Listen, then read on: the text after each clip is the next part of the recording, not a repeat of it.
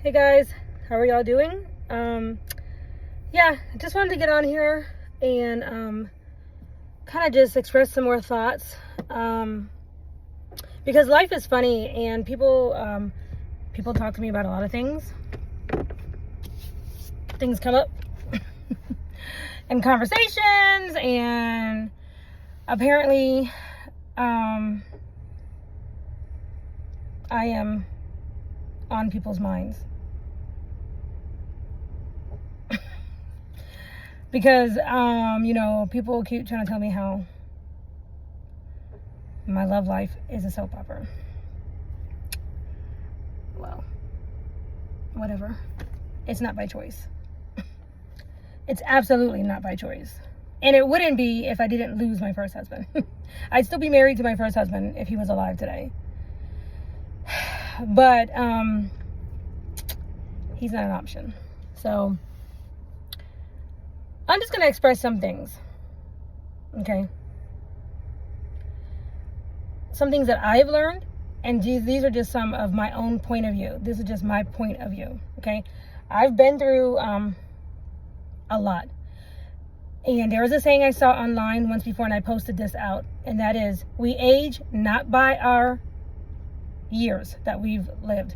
We age by the amount of experiences that we've lived through and that we've grown from.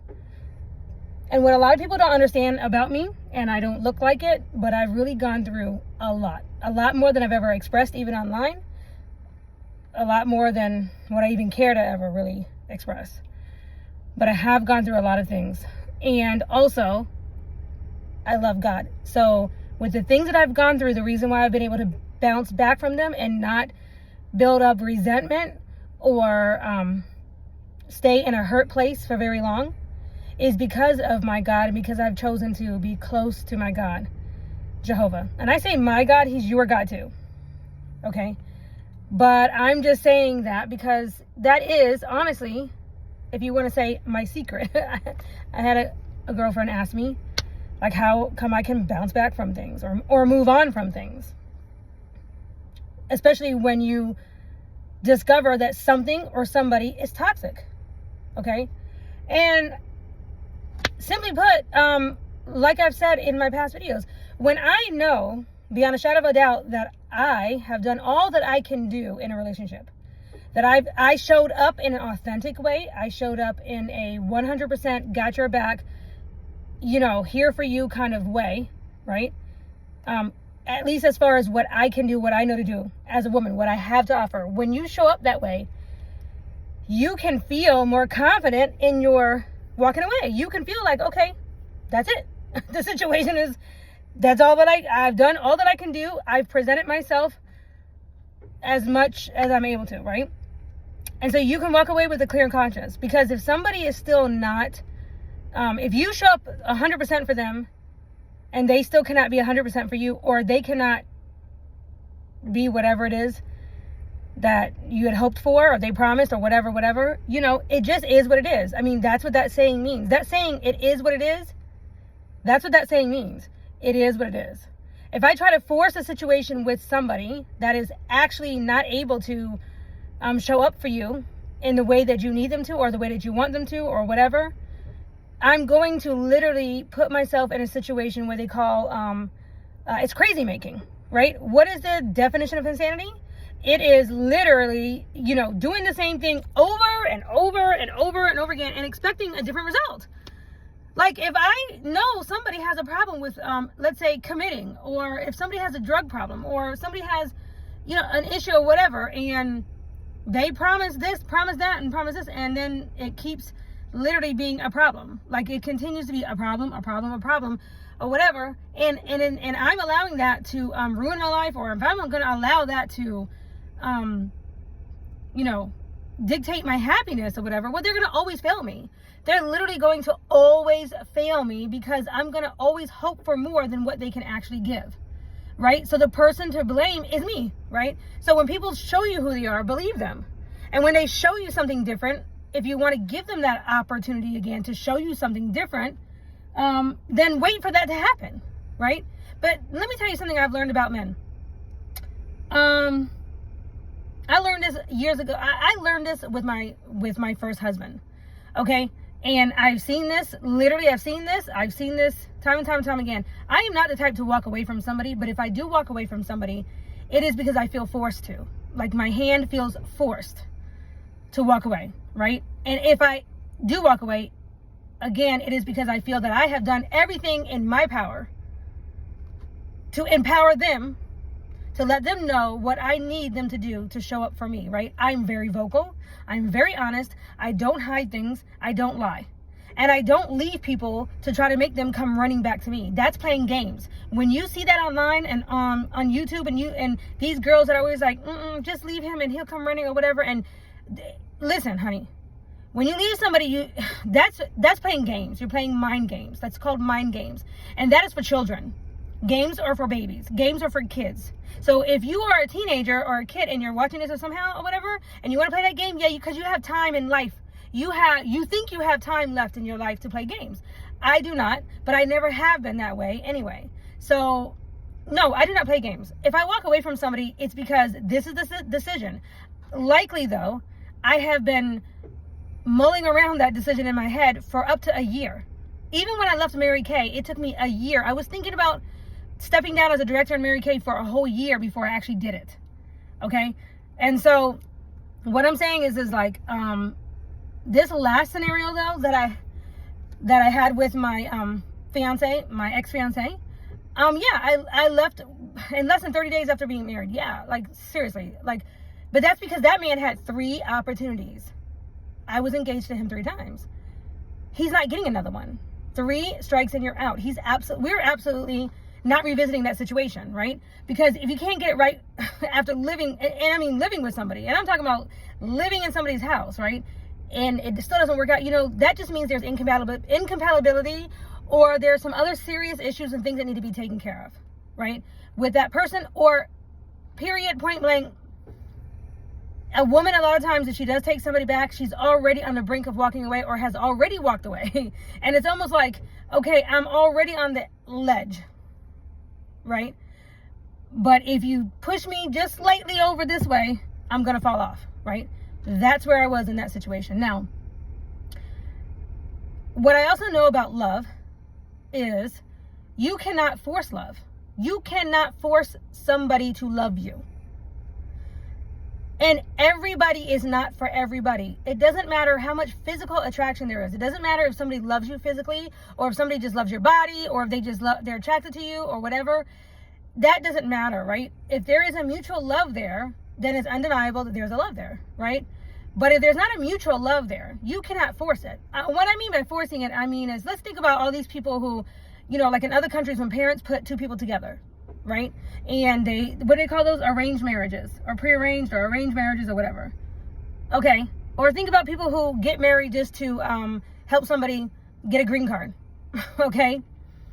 Or mail order brides, people who come over because they want a green card or whatever, right? A piece of paper does not mean that you actually love the person that you might actually even be married to. I have seen this with my own eyes with many people. Like, I've seen this in situations many times. The parents will put people together or whatever, and they're an arranged couple and they hate each other. They can't stand each other. They're already cheating on each other, or they're already, anxious to get out, right? That's why I don't believe in arranged marriages. That's a business. What you're dealing with is an arranged business. That's what that is. If it's like 2 families want to come together because their finances and stuff like that, okay, that's an arranged business. That the man thinks he can take advantage of the woman and lay down with her and have children. But that doesn't mean that 2 hearts actually love each other and crave each other, right? So when you're in love with somebody, that's different. Real love is a craving. In fact, the Bible says that when that the wife, that he will that she will increase her cravings for her husband, like she will crave her husband. But for that to happen, there has to be love, real love. There cannot be any dysfunction. There cannot be you can't force that craving to happen. And if that woman feels like she's being disrespected, or she's being taken advantage of in any way or whatever, she will start to lose respect, and she will definitely lose the craving. She will absolutely lose the craving, okay? But if it's real love, and the 2 people feel genuine about each other, the craving for each other, it will grow. And that's what happened to me and Travis. From the day I met my first husband, until the day he died, I literally was looking at him on his deathbed. Okay? And I remember thinking, and this was after the initial shock, because I stayed at the hospital for over 6 hours. I literally stayed at the hospital from 9 in the morning till after 6 o'clock. But anyway, I remember at some point looking at him and saying to him, like, how dare you? You are so fine. Like, you look so beautiful right now. He looked so beautiful. He was a beautiful specimen of a man. That's just the way I felt. Okay, I was attracted to him. And I remember thinking, like, oh my God, I'm not going to ever experience him again in that way. And I know that kind of sounds selfish, but, you know, when you're sitting for 6 hours, you're going to have a lot of thoughts going through you when you lose somebody, especially somebody that you still crave, okay? But that is literally the truth. That is my truth. And no amount of pressure from his mother, who didn't like me, or anybody else of his friends that didn't like me, could stop the love that we had between the two of us, right? And, you know, my family has always been very accepting of my love partners, but because we're loving people, so we try to find the good in everybody. But it's not like all of my friends loved Travis either, right? I mean, you know, a lot of my friends, people would say things like, oh, you know, you could get somebody better. You could get somebody, whatever, smarter, PhD, more money, this, that, the third, whatever. You know, whatever they thought, I felt like, or that they thought that I should be with. Like, you look like you should be with somebody else. I look like I should be with a President Obama. That's what I, you know, and I should be going after that or whatever, right? Again, I have a lot of friends, a lot of girlfriends, and a lot of people, and people are allowed to think whatever they want to think. And I just, you know, laugh it off, like, okay, that's whatever. That's cute. But at this point in my life, especially after many experiences with you know, relationships and just seeing things and, you know, being married to one man for 17 years and then being married, because I didn't see anybody after Travis died. It took me 5 years, you know, before I actually married somebody. Though I did date my ex-fiance when I first moved here for 2.5 years, and I wasn't ready. But anyway, the point is that it's been 3 relationships since my husband has died. And I married the second one, and we were married for 6 years. And like I said, we're friends now. We've totally worked through and have forgiven each other for the differences we had or whatever, but we're fine. Okay? He knows I'm crazy. He knows I'm quirky. And I know that he's the same way too. And, you know, we're great as friends, right? But I know what went wrong, or at least what I felt like was not acceptable in that second marriage, right? And I've only met one person since Travis has died that I would even consider, or that I could even say that there was a mutual love there. That there was a real love. And unfortunately, his circumstances did not match mine. You know, they didn't match my expectations of what I need in a relationship. If he decided to come correct, and he knows what that means, if he ever decided to come correct, you know, he would be allowed a second opportunity, right? But, you know, when you get married and get divorced, and I know what people who have done this, they've gotten married, divorced, and then they remarried their husband. I know people who have done that. Me personally, there's no revisiting of an ex-husband, because I feel like if you've gone through all the trouble of having an ex or getting divorced and everything, it was probably for a very good reason, right? And then as far as, you know, ex-fiancés who, after 3 opportunities of being engaged, still couldn't get it right because of hidden issues, childhood traumas, and things that need to be worked on or whatever. That situation will never be revisited again. Like, it just is not going to ever happen. Okay, you've had plenty of opportunities. It's never going to happen. And it doesn't matter how much love that's there. It doesn't matter how much attraction that may be there on one side or whatever. It doesn't matter. That doesn't matter, because any marriage, to actually have a successful marriage, you have to like each other at home.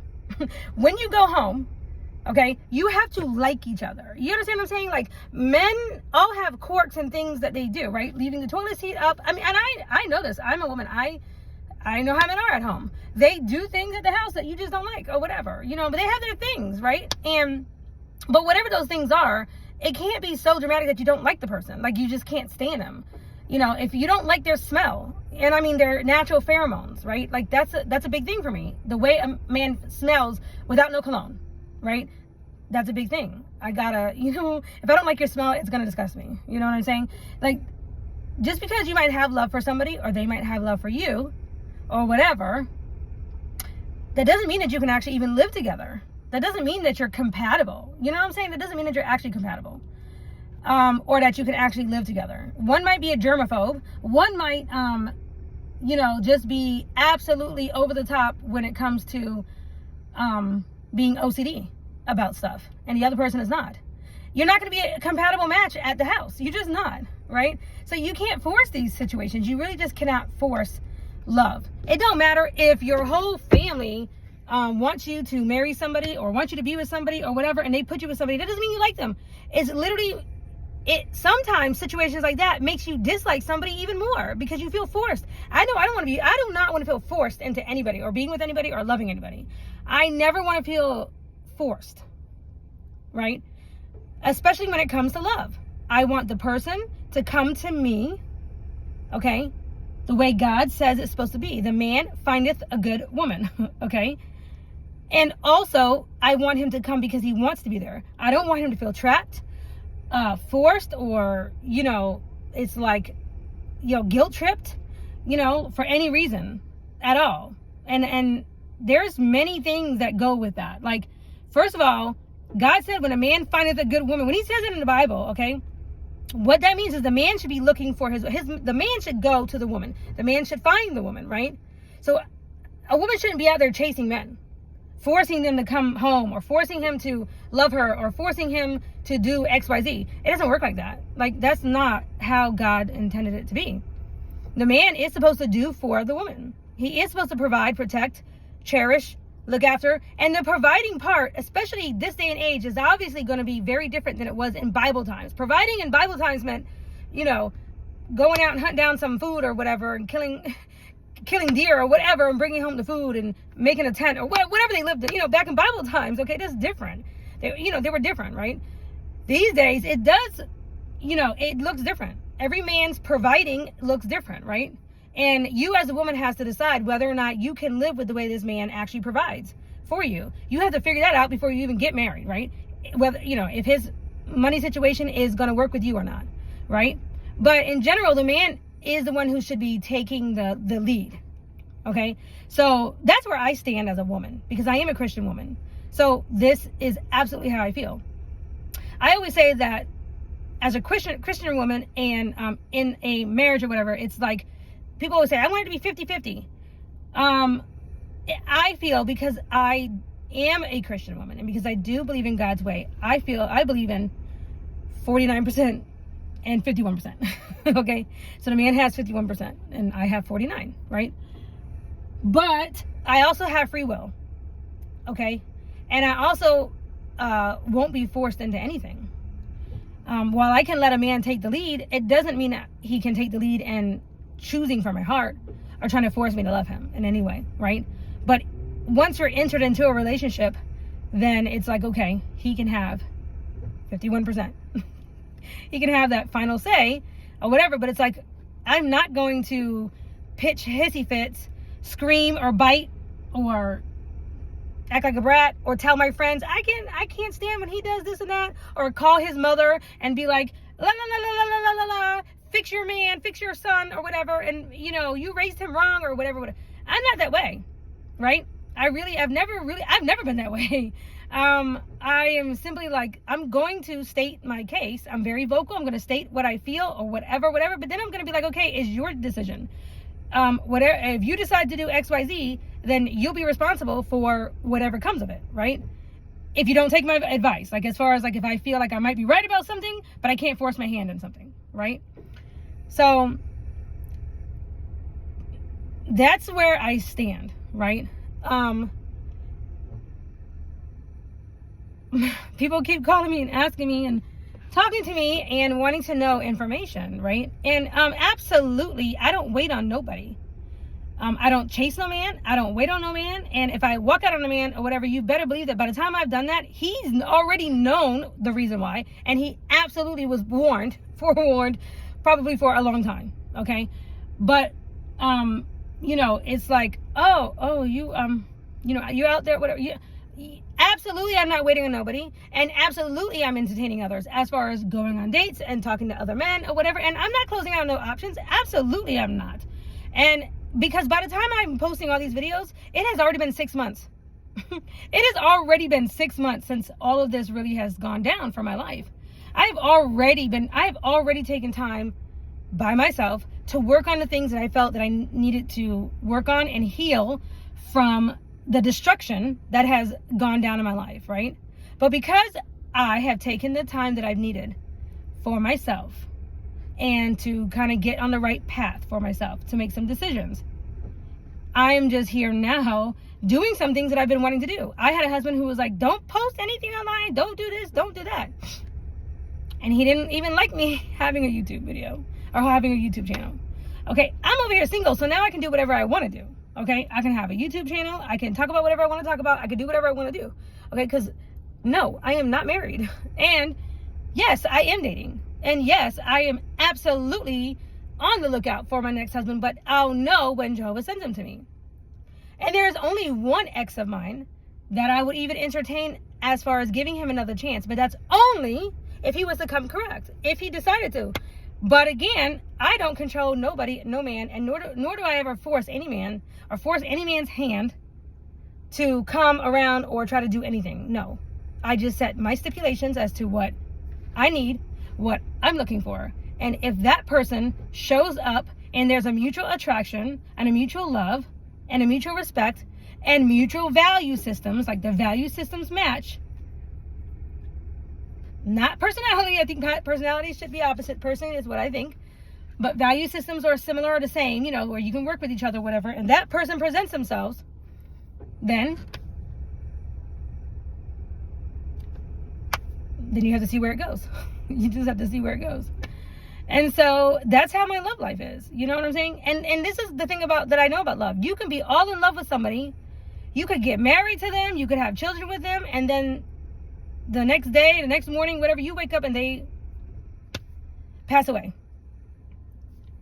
It happened to me. It literally happened to me.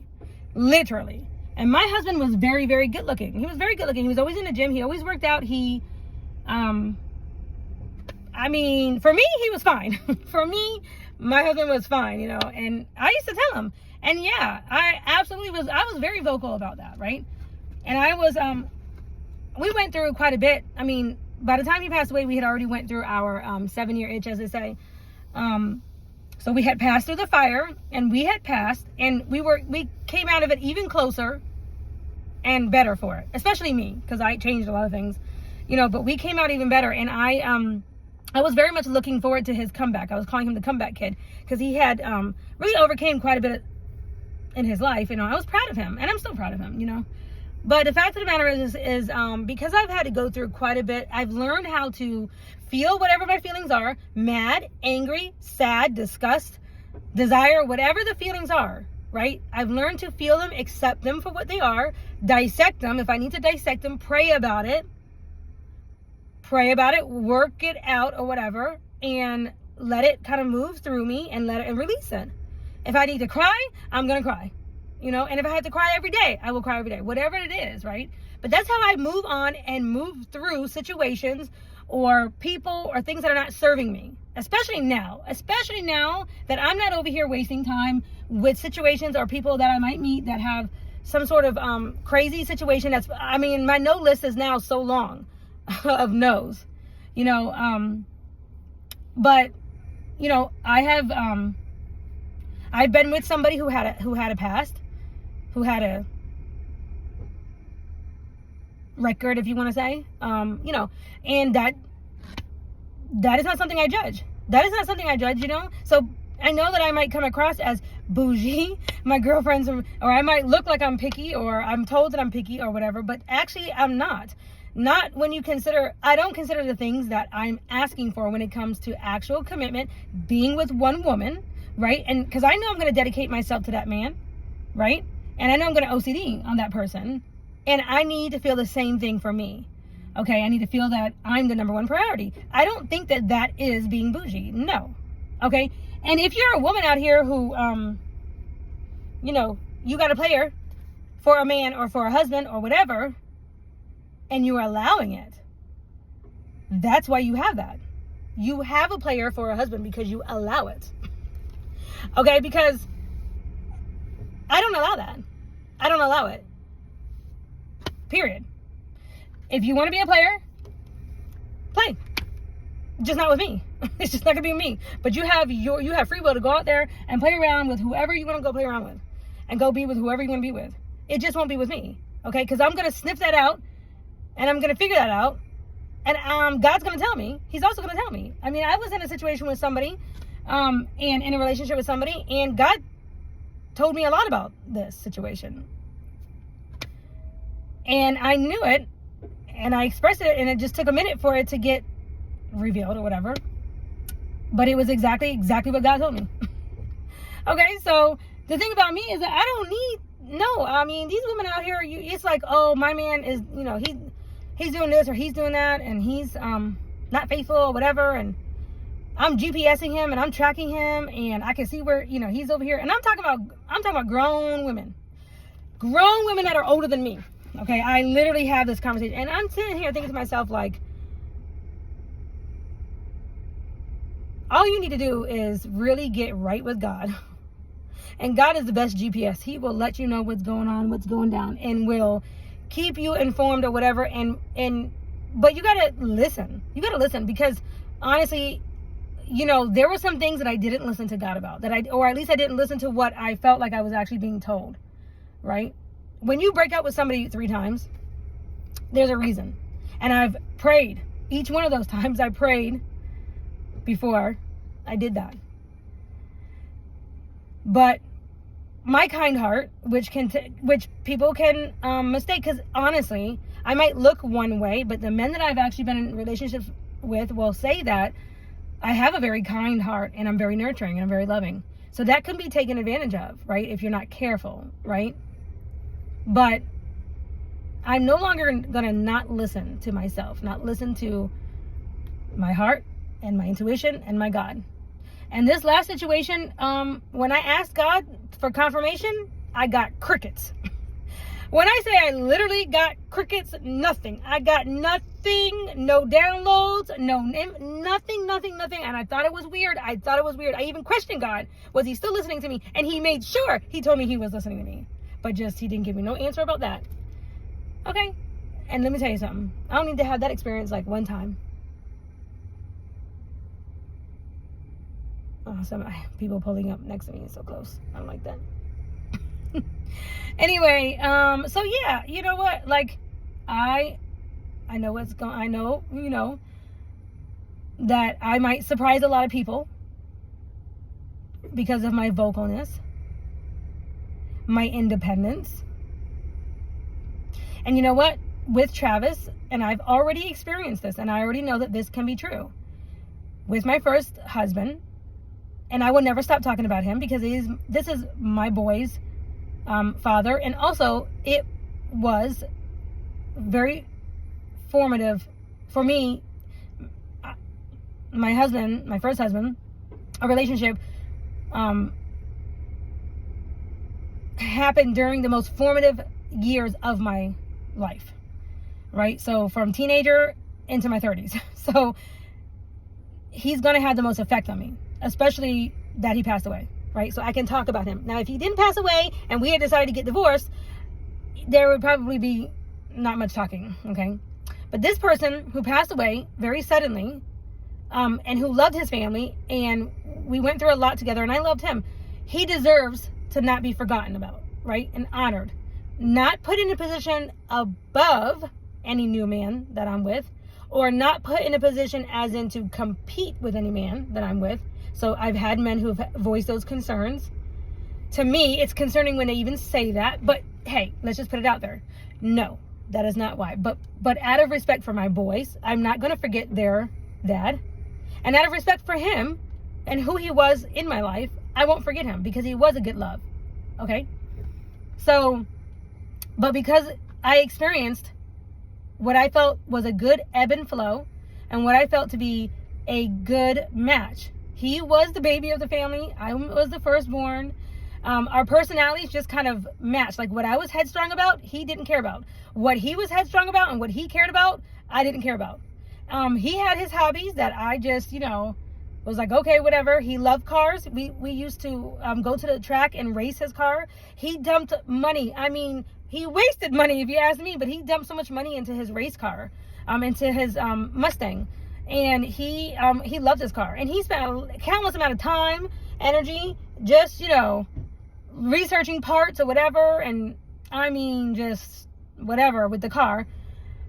And that was his hobby. That was his thing, right? So, hey, I was like, go for it. Go for it. I had my things. He had his things, right? And I, it took after a couple of years, it took us a little bit of time to really make sure that we were able to get a good ebb and flow and to have that balance, right? Because it does take time. But as someone who's already gone through that, right, I can identify and I know that it's possible to have that in a relationship with somebody and to have mutual love and respect and to allow a person to have their freedom but still be loyal in the relationship, okay? But freedom in your other endeavors, whatever they may be, right? And to support each other in that. It's absolutely possible, especially if you believe in the person, especially if you believe in whatever their dreams are or whatever, you know what I'm saying? So, yeah, I know that there's been a lot of question and I'm getting, text messages and calls or whatever, but hey, it's because I plan on posting quite a bit on my channel when it comes to all the things that I do, from makeup to cooking, because, people who know me, they know I love to cook. They know I love to do makeup. I've been doing makeup my whole entire life. And there'll be other things that I'll be adding. But it's something that I've been wanting to do. I have stories on stories on stories when it comes especially to me and my first husband that I want to get on here for my kids' sake. Because I want them to hear all the stories about their dad, because they were young when he passed. And, they might have heard some of them. I don't know how much they really remember. But that's also a venture that I, eventually will be doing. And so, yeah, I do get a lot of love offers. And I am not the type of person, I don't wait on any man. When you're dealing with somebody who can't make a decision or is kind of like pussyfooting around with you from woman to woman, you need to let that man go. If he can't see the value in you and what you bring to the table, he doesn't value it. It doesn't matter what he says. His actions are showing you that he doesn't value you. Or if you have told him something over and over and over and over again about something, right? Like for example, for me, I need to make sure, like, I don't like when I don't hear from somebody, if I'm just dating him or something, like, let's say we're just dating, we're not married, and I don't hear from him in a day or two or something, right? But if we've been together for a minute, and I don't mean like just getting to know each other. I mean, if we're actually in a relationship, because this happened with my second husband. After we did start dating, I remember he fell asleep one day and I had called him and I knew he was usually up early. I called him in the morning. There was no answer. And I mean, by like 12 o'clock or something, in my mind, he was dead. I just thought for sure he was dead. And I freaked out. I mean, I had 911 on my phone ready to press when I ran over to his apartment and barged in. And I was like, I thought he was dead. And I'm telling you, I had 911 ready to go. Because I've experienced somebody dropping dead on me just like that. I really have experienced it, right? So, I don't like when I tell a man, somebody in a relationship with somebody that I care, because once I care about you, that means I'm going to, if I care about you, it means that I'm going to maybe, the fear of you dying is going to be there. It just can't not be there because of what I've been through. So it's like, don't exasperate that, right? Respect that I have that as, if you want to say, an issue, right? I don't always feel that way just in a few hours. Maybe it's a day or two or whatever. It just depends on the situation. But it's like everybody has issues. Everybody has issues that you have to either be able to live with their issues or be okay with their issues or not, right? Or how they present their issues. Because sometimes you might know about a person's issues and they presented the issues one way. You thought you discussed them, you thought you've gone over them, and yet in a relationship they come out in a totally unlivable way. Like you cannot live with that person and their issues, right? So it's like everybody has to be understanding of their issues in relationship, and what they bring to the table and what their balance is and everything, like what they can deal with, what they can't deal with. What's crazy to one person is not crazy to another person, right? I know I'm quirky. That's because I'm eclectic. That's because I have my hands in a lot of pots. I like to do a lot of things. I get excited. I get passionate about something, and then I might be done. And I'm talking about things, not people. But when for example, I was really into bedazzling stuff when bedazzling first came out. It was like bedazzling everything. And then when I first, but years and years and years ago, when I first got a label maker, I labeled everything in the entire house. My mom came to my house one day and said, oh my God, she was like, one day I'm going to come over here and find a label on Travis's forehead that says husband. But it's because I get, whatever, excited about projects or things or whatever, right? But I know I can be quirky or whatever. So, everybody's crazy looks different, right? Everybody's crazy is different. And you just have to decide whether or not you can deal with that person's crazy. I was in a relationship with a man at one time who didn't like to sit on toilet seats. To me, that's crazy. That's quirky and that's weird to me. You know what? But everybody's crazy is different. And I'm okay with accepting, certain things, that make you quirky or whatever. Like that, certain things are like, hey, it's like, I know I'm that way too. But anyway, I know that I keep getting all these phone calls and questions and text messages and stuff like that. But it is what it is. And yep, I know to the outside world, it might look like, wow, you so quickly get over people or whatever. Actually, no. This was actually since it's been 6 months now. It's been since the end of June or whatever, July. And I do know how to heal from things because I've had to learn how to heal from things, and that's just a part of life, and I've accepted it. And so I also don't run from my feelings. I also don't run from my shadow work. I work on my shadow work with God's help. I pray about things, and then I move on or whatever, right? And I'm sorry, that's just a part of life. You better be willing to move on. You better be willing to, when one person doesn't work out or whatever, you have to be okay with moving on. I've only had God really talk to me. I mean, really, directly talk to me about one person. And I do want to say this. Every man that I've ever been with, every relationship that I've ever had, that man has at one point or another said something to the effect of that I was a godsend, or that I was an answer to their prayers, or to that effect of some sort.